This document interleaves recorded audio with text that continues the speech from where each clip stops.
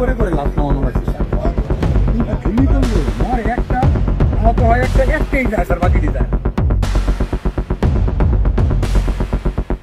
বৈষম্য বিরোধী ছাত্র আন্দোলন চলাকালে পুলিশের গুলিতে নিহত হন অনেকেই। ওই সময়ে তৎকালীন স্বরাষ্ট্রমন্ত্রী আসাদুজ্জামান খান কামালকে এ বিষয়ে তথ্য দিচ্ছিলেন ডিএমপির ওয়ারি বিভাগের সদ্য সাবেক উপপুলিশ কমিশনার মোহাম্মদ ইকবাল হোসাইন। এমন এক ভিডিও ভাইরাল হয়েছে। ওই ভিডিওতে দেখা যায় আসাদুজ্জামান খান কামালকে পুলিশ কর্মকর্তা ইকবাল হোসাইন বলছেন, গুলি করে করে লাশ নামানো লাগছে স্যার, গুলি করি মরে একটা, আহত হয় একটা, একটাই যায় স্যার, বাকিটি যায় না। এটা হলো স্যার সবচেয়ে বড় আতঙ্কের এবং দুশ্চিন্তার বিষয়। সামাজিক যোগাযোগ মাধ্যমে ভাইরাল 43 সেকেন্ডের ভিডিও ক্লিপে দেখা গেছে সাবেক স্বরাষ্ট্রমন্ত্রীকে ঘিরে দাঁড়িয়ে আছেন কয়েকজন পুলিশ কর্মকর্তা। তাদের সামনে ইকবাল হোসাইন সাবেক স্বরাষ্ট্রমন্ত্রীকে মোবাইল ফোনে ভিডিও দেখাচ্ছেন। এ সময় তিনি এসব কথা বলেন। জুলাইয়ের মাঝামাঝি থেকে 4 আগস্ট পর্যন্ত কোটা সংস্কার আন্দোলনকে কেন্দ্র করে আন্দোলনকারীদের উপর নির্বিচারে গুলি চালানোর অভিযোগ রয়েছে আইন শৃঙ্খলা বাহিনীর বিরুদ্ধে। ভিডিওতে পুলিশ কর্মকর্তার কথা শুনে বোঝা যায় বিক্ষোভকারীদের উপর পুলিশের গুলিতে হতাহতদের একটি ভিডিও আসাদুজ্জামানকে দেখানো হচ্ছে। ভিডিও ক্লিপটি সাবেক আইজিপি চৌধুরী আব্দুল্লাহ আল মামুনের কাঁধের পেছন থেকে মোবাইল ফোনে ধারণ করা হয়। আন্দোলনকারীদের পুলিশ গুলি করেও দমাতে পারছে না বলে সেদিন তৎকালীন স্বরাষ্ট্রমন্ত্রীকে জানান পুলিশ কর্মকর্তা মোহাম্মদ ইকবাল হোসাইন। গুলি করার ভিডিও দেখাতে দেখাতে তিনি সাবেক মন্ত্রীকে উদ্দেশ্য করে বলেন, গুলি করে করে লাশ নামানো লাগছে স্যার, গুলি করি মরে একটা, আহত হয় একটা, একটাই যায় স্যার, বাকিটি যায় না। এটা হলো স্যার সবচেয়ে বড় আতঙ্কের এবং দুশ্চিন্তার বিষয়। সাবেক স্বরাষ্ট্রমন্ত্রী মনোযোগ দিয়ে ভিডিওটি দেখেন। গুলি ও নিহতের দৃশ্য দেখে তার চেহারায় কোনো প্রতিক্রিয়া দেখা যায়নি। এদিকে সাবেক আইনমন্ত্রী আনিসুল হক এবং শেখ হাসিনার বেসরকারি খাত বিষয়ক সাবেক উপদেষ্টা সালমান এফ রহমানকে গ্রেপ্তার করেছে পুলিশ।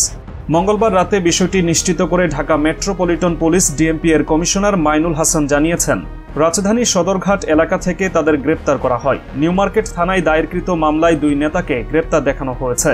ডিএমপি সূত্রে জানা যায়, সালমান এফ রহমান ও আনিসুল হক পালানোর চেষ্টা করছেন। গোয়েন্দা সূত্রে এমন খবরে রাজধানী সদরঘাট এলাকায় অভিযানে যায় পুলিশের একটি দল। সেখান থেকে তাদের গ্রেপ্তার করা হয়। নিরাপদ রোড মনে করে আওয়ামী লীগের হেভি ওয়েট এই 2 নেতা নৌপথে পালানোর চেষ্টা করেছিলেন বলে গোয়েন্দা কর্মকর্তারা মনে করছেন। সবচেয়ে দৃষ্টিকটু লেগেছে দরবেশ খ্যাত সালমান এফ রহমানের চেহারা দেখে। তার বিশাল সাইজে দাড়ি কেটে ছদ্মবেশ ধারণ করেছিলেন তিনি। 2 জনকেই একই ডিজাইনে গেঞ্জি ও লুঙ্গি পরিহিত দেখা যায়।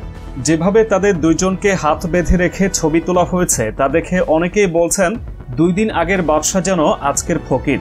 সালমান এফ রহমানের দাড়ি ছাড়া ছবি দেখে কেউ কেউ ট্রল করেছেন, আওয়ামী লীগ হারিয়ে যায়নি, ফিরে এসেছে সনাতনী হয়ে।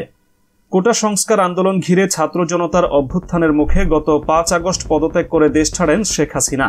এর পরপরই শেখ হাসিনা সরকারের মন্ত্রী ও আওয়ামী লীগের অন্য নেতারা আড়ালে চলে যান। সালমান এফ রহমানের আজ গ্রেপ্তার হওয়ার খবর এলেও ভারতীয় গণমাধ্যমে এর আগে দাবি করা হয়েছিল তিনি শেখ হাসিনার সঙ্গে দেশ ছাড়েন। আইনজীবী আনিসুল হক 2014 সালে ব্রাহ্মণবাড়িয়া 4 থেকে নির্বাচন করে আওয়ামী লীগের সংসদ সদস্য নির্বাচিত হন। ওইবারই তাকে আইনমন্ত্রী করা হয়। এরপর থেকে তিনি আইনমন্ত্রীর পদে ছিলেন। সালমান এফ রহমান বাংলাদেশ শিল্প ও বণিক সমিতি ফেডারেশন FBCCI এর সাবেক সভাপতি ও বেক্সিমকো গ্রুপের প্রতিষ্ঠাতাদের একজন। তিনি আওয়ামী লীগ সভাপতি শেখ হাসিনার বেসরকারি খাত বিষয়ক উপদেষ্টা ছিলেন। 2018 ও 2024 সালের নির্বাচনে সালমান এফ রহমান ঢাকা 1 আসন থেকে সংসদ সদস্য নির্বাচিত হন। এদিকে পুলিশের বিশেষ শাখা SB এর সাবেক প্রধান মনিরুল ইসলাম এবং ঢাকা মহানগর পুলিশ ডিএমপি এর সাবেক কমিশনার হাবিবুর রহমানকে বাধ্যতামূলক অবসরে পাঠানো হয়েছে। মঙ্গলবার স্বরাষ্ট্র মন্ত্রণালয়ের পুলিশ অধিশাখা 1 থেকে জারি করা আলাদা প্রজ্ঞাপনে তাদের অবসর দেওয়ার কথা জানানো হয়। 2 জনই পুলিশের অতিরিক্ত মহাপরিদর্শক পদমর্যাদার কর্মকর্তা ছিলেন।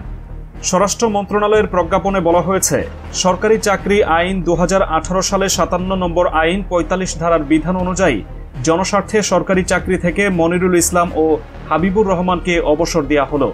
এর আগে আজ স্বরাষ্ট্র মন্ত্রণালয় থেকে জারি করা অপর এক প্রজ্ঞাপনে মনিরুল ইসলামকে SB থেকে পুলিশ অধিদপ্তরে সংযুক্ত করা হয়েছিল। আর 7 আগস্ট হাবিবুর রহমানকে ডিএমপি কমিশনারের পদ থেকে বদলি করে সংযুক্ত করা হয় পুলিশ অধিদপ্তরে।